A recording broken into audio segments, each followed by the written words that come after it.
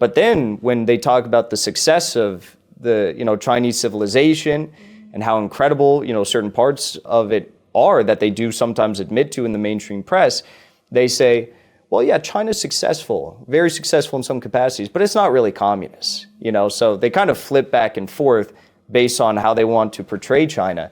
Overall, I think that most people in America really don't understand China.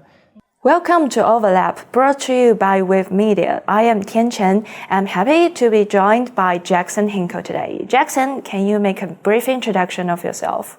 I'm Jackson Hinkle. I'm very happy to be here. I'm the host of the independent news show, The Dive with Jackson Hinkle in America. Cover foreign policy issues, and it's my first time in China, so happy to be here. Jackson has more than 2 million followers on X. And what happened to your YouTube channel?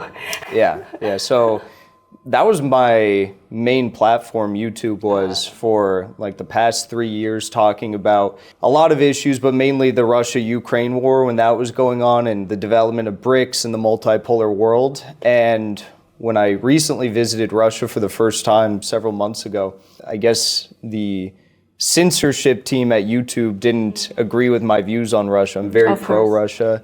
I was showing people that, the sanctions against Russia really haven't hurt them. They've, in fact, thrived in the face of it.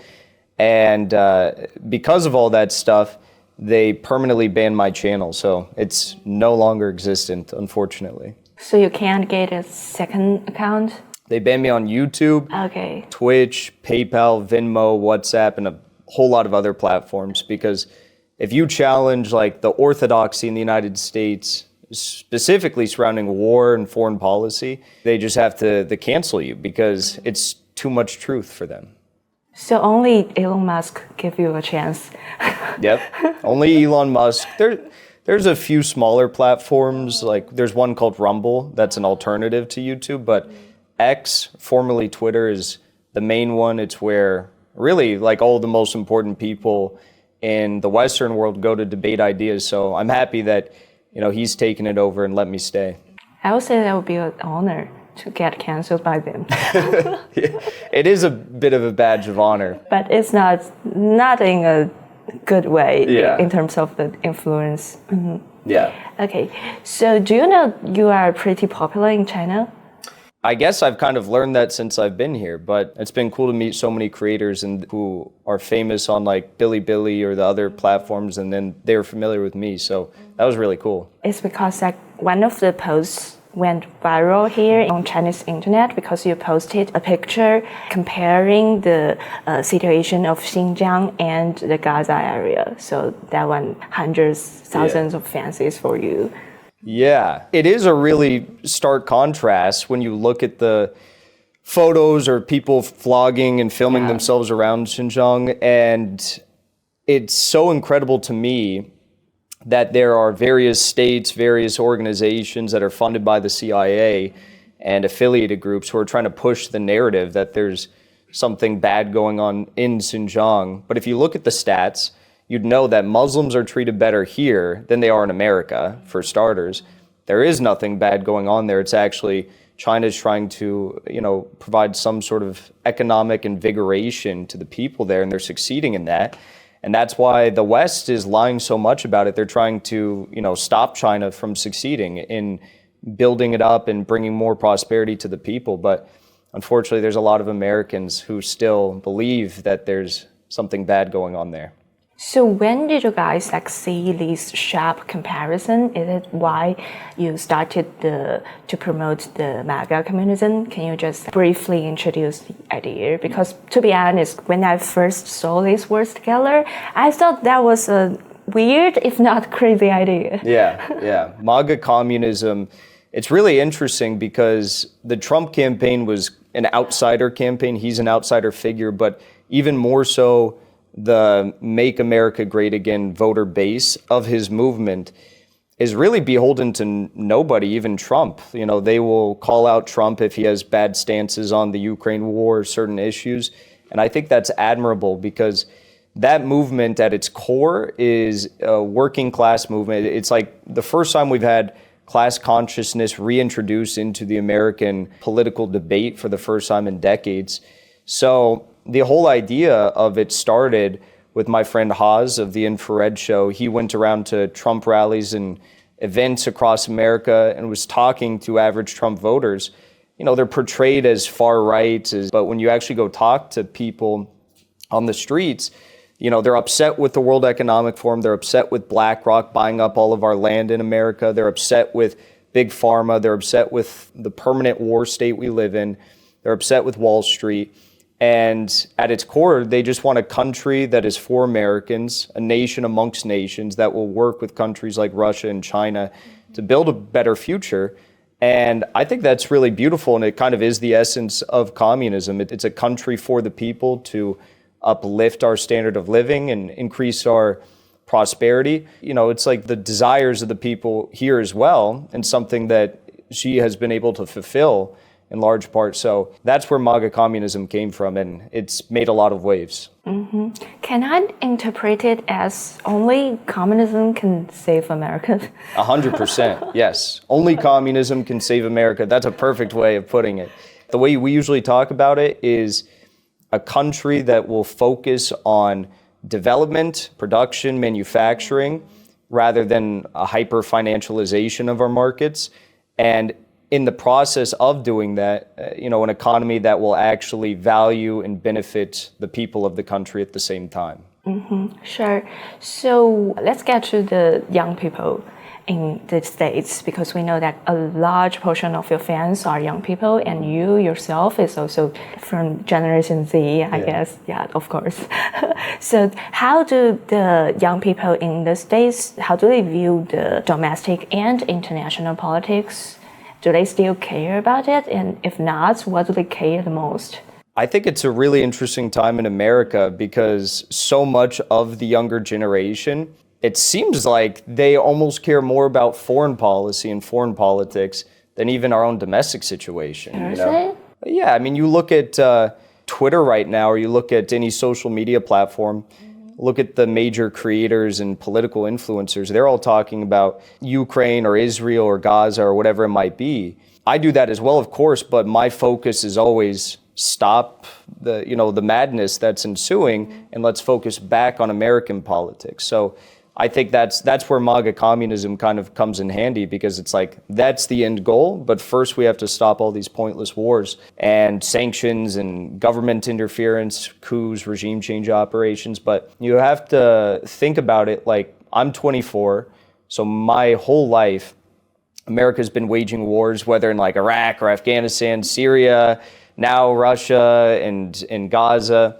So we kind of just grew up with this permanent warfare, permanent war state. And now we're headed towards World War III. So I think a lot of young Americans are concerned about that. They understand that this is where the first problem they really need to address to help build our country back up and fix things here at home and work with other nations in a more peaceful manner. So yeah, I think a lot of Gen Z just have kind of lived this experience, and that's why they're so concerned about everything. So most of them, like, they care less about like who's in house, if Biden or Trump.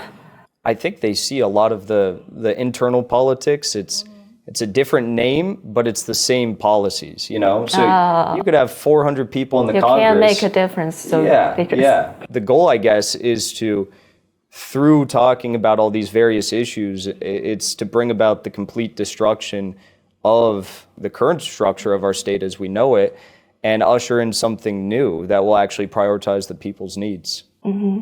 So I know there is a broad distrust of the major institution among the US people, but is there a much lower level of trust among the younger generation towards the mainstream media and also the main institution? Yeah, yeah. Even like the primary issue right now for foreign policy is the war in Israel or Gaza.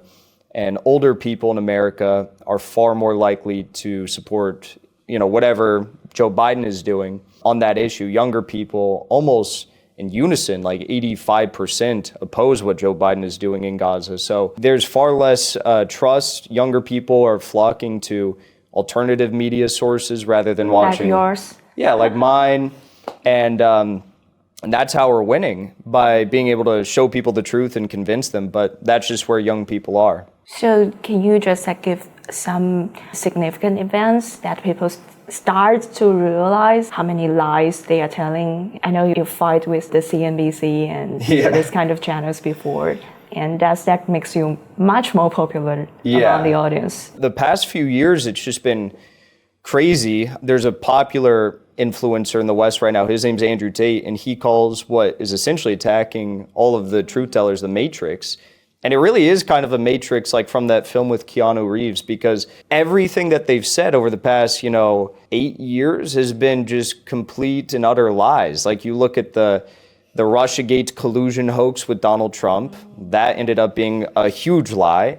You look at everything that happened with the end of Trump's presidency. They tried to impeach him over, a phone call with Volodymyr Zelensky.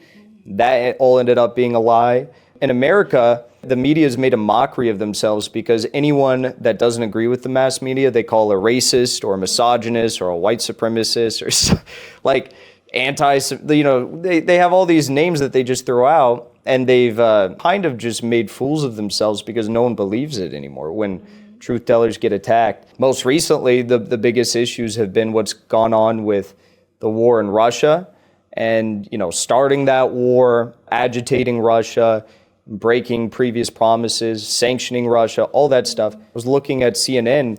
They still believe at CNN that Ukraine is going to win this war against Russia. It's like they're living in a parallel universe. I think they start to back off a little bit. A little bit, but there's still, people. That was a sign. It's crazy. It's crazy what's going on. So all those, if you've been politically aware for the past 8 years and you've lived through all of that and you look at it all, you can't help but not trust the media after all that, So how do they react to you? Like when you went up and to argue with these big guys? Yeah. They call me names. They call me all sorts of names. I mean, if you look at my Wikipedia page, it's just filled with completely libelous claims about me saying I'm this, that, and the other, all these crazy smears. But that's usually all they have. I'll go on Piers Morgan or I'll go on talk with Chris Cuomo or whatever, and they just kind of laugh, but laugh at our ideas and say, oh my gosh, you're pro-Russia, you're pro-China, how could you? You're pro-Palestinian resistance, how could you? But their laughs eventually turn to tears when the rest of the world wakes up and sees that this is the truth, So that's all they can really do because they can't bait the matter on any sort of fair ground or else they themselves would look like, lunatics. Mm-hmm. That was a lot for the background. So let's get back to the MAGA communism. So how do the younger generation view the communism and especially MAGA communism? Mm-hmm. Unfortunately, communism in the West has become synonymous with just cultural liberalism for a lot of people. And it's just so different if you go to Russia or Eastern Europe or China or wherever, it's like anywhere that's not influenced by Western finance capital in a nefarious way. People here understand what communism is all about. It's for the common people, uplifting people.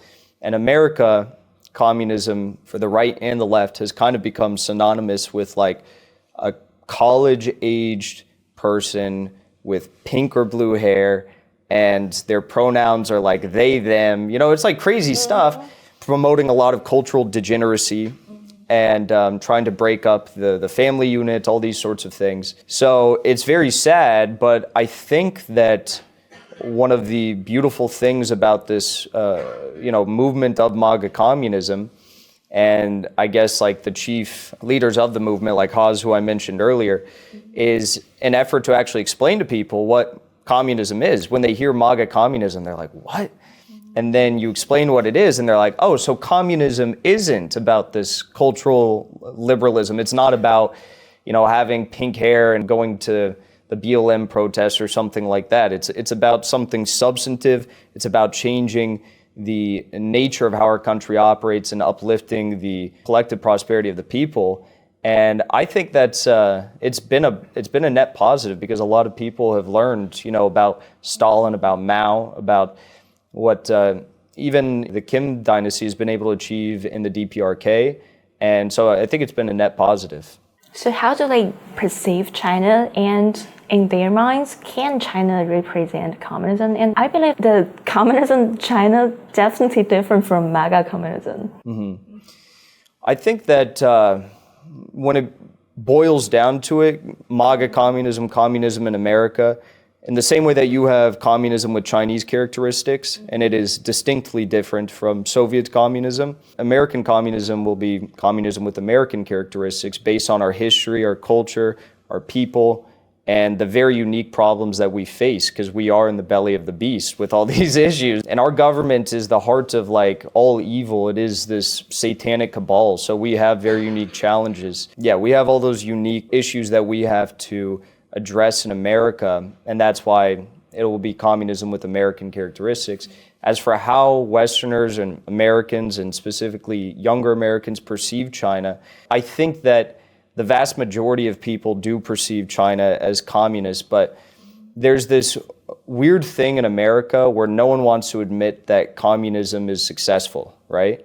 So when people talk about China and they utter their lies about China, whether it's about the Uyghurs or whether it's about like, you know, they have these crazy lies that they talk about in the mainstream media about like how a social credit system is destroying the fabric of society here, you know. When they talk about anything that they don't like about China, they say China's communist, it's bad, that's why we can't have communism here. But then when they talk about the success of the, you know, Chinese civilization and how incredible, you know, certain parts of it are that they do sometimes admit to in the mainstream press, they say, well, yeah, China's successful, very successful in some capacities, but it's not really communist, you know? So they kind of flip back and forth based on how they want to portray China. Overall, I think that most people in America really don't understand China. They don't understand the culture. They definitely don't understand the very long history of China. They don't have a clear grasp on, and this is something I think I've even reckoned with since I've been here, and I've seen the intense levels of development and hyper-focus on emerging economies that China is truly mastering and succeeding in accomplishing. Like, people don't understand how far China is ahead of the rest of the world regarding all these matters. It's incredible. Like, going to visit all the places that, you know, I've been in my short trip here, even going to Huawei or going to the, you know, exclusive economic zone for free trade where they have Tesla and a bunch of, you know, hydrogen facilities, aircraft facilities, like it is truly incredible. And I think that's something that Americans don't understand is how successful it already is. Mm-hmm. So here's a big disconnect from the reality and the image like China shows on international. So do you have any like suggestions for that, for the publicity thing? I guess my suggestions is to just be like proud of the successes that you guys have already had in China. And Americans, when they think about innovation and leading countries, sometimes they think about Dubai, or they think about like UAE, Saudi Arabia, and the big cities that they're building Israel. there. Not Israel. But they think about those places where they're just building these massive skyscrapers and stuff, that sort of thing. But the place that I went to yesterday, I think it's called like Lingang or something. It's like the port. Yeah, you go there. That blows everything in the UAE out of the water. It is so much more impressive. So I think, you know, it's more difficult because we have natural blockades in place on social media between our two countries. But I think just showing people that, explaining to people that the mainstream media has lied to them about everything in America, so of course they're going to be lying about China. You know, they don't care about you guys, they just want to tear your country apart. I think it's good to remind people that.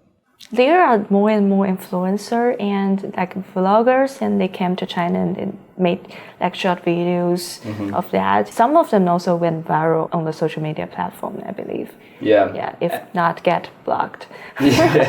Everything I've posted, people have been either they know already about it and the incredible nature of it, or they haven't seen it and they're so surprised by it.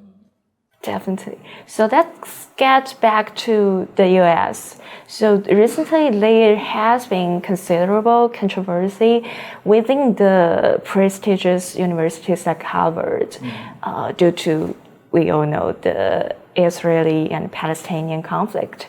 And I know that the presidents of the universities, they are forced to quit, and there's protest going on campus all the time. So we can see they're kind of like in a dilemma, I would say.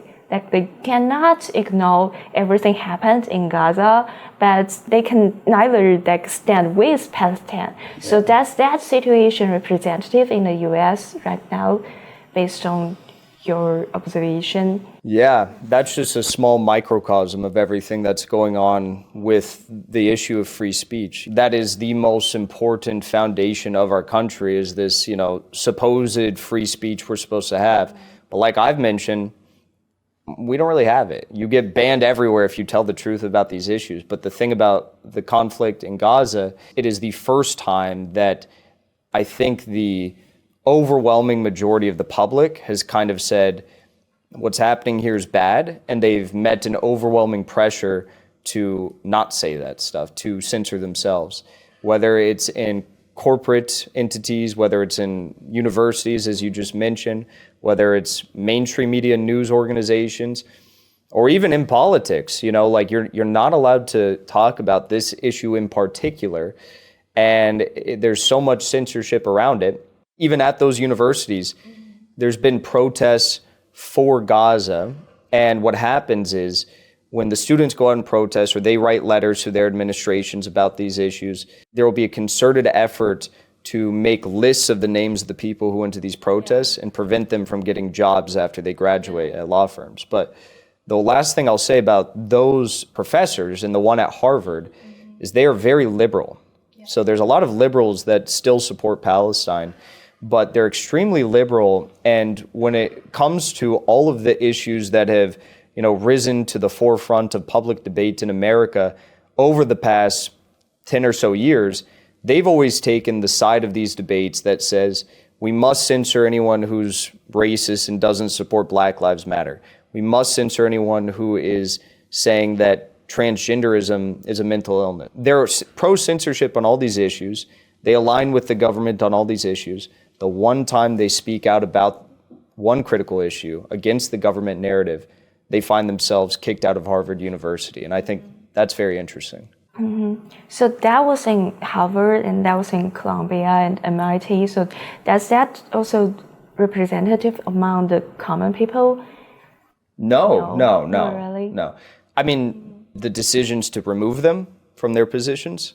No, I mean just like kind of they are trying to move from the Israel side and to the Palestinian side. Yeah. Mm-hmm. The common people of America, not as much as China, but in America, the overwhelming majority supports Gaza and the Palestinian resistance. But since I've been here, I haven't talked to one person who supports Israel, which is, it was kind of a surprise, but young people in particular truly support Gaza, like 85%, very overwhelming odds. The problem is that a lot of the people in powerful positions who make decisions in America, they are, I guess, Zionists find their power in finance capital, in the ruling class. Not to say that they are all, Israelis or Zionists themselves, but that's where they take their power from. And because of that, you can't really find yourself in a position of power unless you agree with Zionism. Average people support Gaza. So do you see the education level play a role in how people form their political perspective? I would say like behind the education level is their economic status, because education is so divided in the US. Mm-hmm. Yeah, it's kind of education level and economic. It's almost kind of synonymous in America, because if you don't have money, if your family doesn't have money, you're not going to, these colleges are like minimum $20,000 a year. But in most cases, if you're going out of your own state to attend university, it's like $40,000 to $80,000 a year. Those things are kind of synonymous. I didn't go to college. So I feel like almost if I had gone to college, I may have been influenced by all of the liberal imperialist propaganda that they instill in the students at these universities.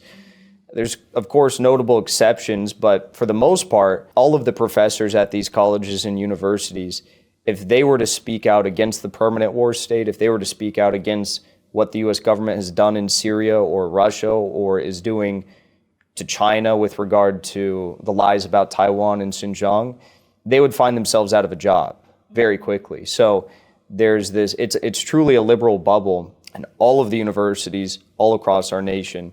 And I think that's why you have, I guess, the problems we do and why the MAGA movement is depicted as lower class, uneducated. You know, the class and the lack of education kind of frees them of the propaganda they would have otherwise faced. Mm-hmm. Yeah, I can see that. So back to the younger generations, what are the main concerns of the young Americans today? Because we see in China, we have a nascent popular culture called lying flat. So it's basically the young people are promoting that we don't get married, we don't get kids, and we just slack off at work, and we have lower desires, so we don't have to consume a lot. So that's basically they are trying to express their concerns, and they feel the inequalities towards this society. Mm-hmm. Mm-hmm. I guess that's kind of tied to the economic health of your nation. In America, when Trump was in office, there was such a swing culturally in one direction, and everyone was fearful of being labeled racist, anti-gay, anti-trans, all that stuff. Now we're kind of swinging back in the opposite direction. And people are focused on real bread and butter issues. The youth are focusing on our economy, inflation. They are fearful about the fact that America's not tapping into our valuable resources like our oil and stuff. Because of that, basic goods are so expensive. They're very fearful about high housing prices and the lack of a basic social welfare state. I was talking to some people here in China about what does it look like for young people in terms of accessibility to healthcare, schooling, housing, when you get older, Social Security once you retire. And they explained it to me and I was like, wow, that's pretty it's all encompassing. Like they've got you guys covered for the most part, maybe not housing, but all the other things are pretty covered. In America, we have nothing. We have 80 million people who have no insurance or virtually no insurance. And if you have to go to the hospital, you have to pay tens of thousands of dollars. Housing in cities, it's getting crazy now. It's crazy. In the Midwest, it's a little bit more mellow. Social Security is not enough to really sustain life for most people once they retire. And when it comes to education, we just talked about it. It's very expensive, and it's not really educating anyone. It's propagandizing people. So I think that Americans are focused on those issues. I guess the main thing is the youth look at the fact that we spend $900 billion on our military every year. We spend more money than the next 10 largest countries' militaries combined. And we say, gosh, if we could use that money to fix the problems in America, crime, homelessness, and the other ones I just mentioned, we'd have such a beautiful country. But the interests of the ruling class are so far out of step with the interests of the average people. So we have seen a lot about the classic US middle class life in movies and in TV shows, like how you get a decent, like huge urban house and with dogs and cats and you send your kids to private schools, and so that doesn't hold true anymore. But it used to be true, right? Yeah. It used to be true. But now, you know, I always describe it, our economy now is like when my grandparents were alive, you could work one job at a factory and you'd have everything you needed and money to go take a vacation once a year. Put your kids through school, you don't have to worry about anything. Now, you know, we live in this Byzantine labyrinth of an economy. It's all speculation, debt, hedging your bets on stock. It's not real. We don't produce anything anymore. So those who are not at the skill level to participate in that section of the economy are delegated to work jobs like driving people around like Uber or delivering food for people, Uber Eats. They'll work those sorts of jobs. Then they got to work a job as a waitress or a chef on top of it. It's like you got to work 2-3 jobs, and then you have tens of thousands of dollars in student loan debt. The idea of even one day marrying someone, buying an engagement ring, buying a home, having kids, it is just so crazy to even think about that because everyone's just drowning in debt. Healthcare debt, student loan debt, auto loan debt, those who are lucky enough to get a home loan debt. So I think it's really, really bad. But the last part about it is when I said that we're kind of in a cultural swing right now back in the other direction, there is a common sentiment amongst younger people to know that they want to have kids. Like everyone wants to have kids. They want that traditional life. They want to be able to do all this stuff. In America, people want a lot of kids. I think that's kind of a trend that we're probably going to see amongst Generation Z is people, if they can afford it, having a lot of kids, which is good, I think. So we'll see what comes of the economy. Mm-hmm. So how do they react to this reality? Like they don't, because young people here, they kind of choose to lying flat, and that's their way to say no to the lives they don't want to accept. It's interesting you say that though, because I have heard that, but when I go out and I see China, all I see is people working, I see development, I see a level of development and production that is unparalleled to the US. So maybe it's because you have so many people here, I don't know. I think if we compare to like last generation, we are kind of like slack off and we are pretty laid back. But if we compare to other young people in foreign countries, and we are still hardworking. Yeah. In America, it's kind of just divided amongst our society. You have people who are very liberal, and I guess you have a divide here too, naturally, everyone does, but you have people who are very liberal. They like to do drugs. They like to, just sit at home and goof off, watch TV all day and stuff like that. Very, ineffectual human beings.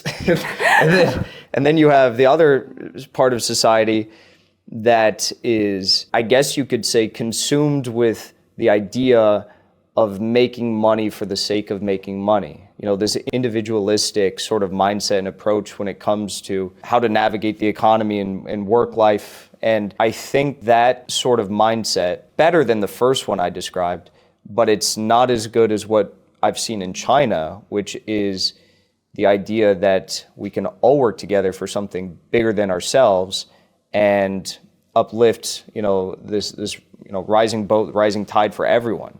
I think that is the Marxist way to be able to say that you don't just make money for the sake of it like we do in America. You make money for a greater cause, and you can increase the living standard of everyone in the process if we all work together. That's the ultimate goal of communism. So thank you so much, Jackson, and welcome to China. And I'm already looking forward for your next trip here. Yes. Thank you for having me on. See you in Xinjiang. Yeah, I definitely want to go there. Thank you for having me on, and I've had an incredible time here.